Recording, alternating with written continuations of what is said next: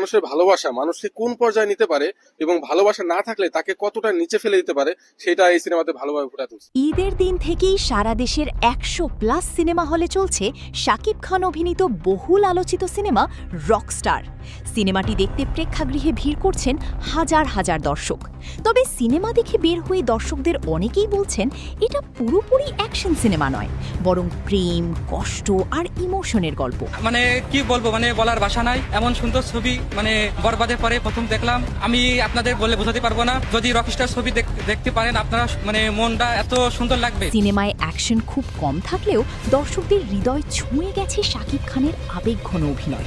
কমায় আমি অনেক ইমোশনাল হয়ে গেছিলাম, কারণ ফার্স্ট হাফ আমার কাছে এভারেজ লাগছে সত্যি কথা বলতে, কিন্তু সেকেন্ড হাফ যখন শুরু হয়েছে প্রচারে খুব একটা গান তারা রিলিজ করে না, কিন্তু যেই গানগুলো সেকেন্ড হাফে একটা পর একটা আসতেছিল প্রত্যেকটা ইমোশনের সাথে কানেক্ট করতেছিল। বিশেষ করে প্রেমের ট্র্যাজেডি আর বিচ্ছেদের দৃশ্যগুলোতে অনেক দর্শক আবেগ আপ্লুত হয়ে পড়েছেন।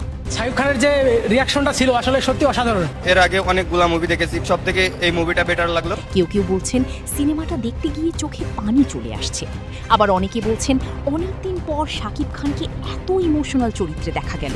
সোশ্যাল মিডিয়াতেও এখন রকস্টার নিয়ে চলছে ব্যাপক আলোচনা।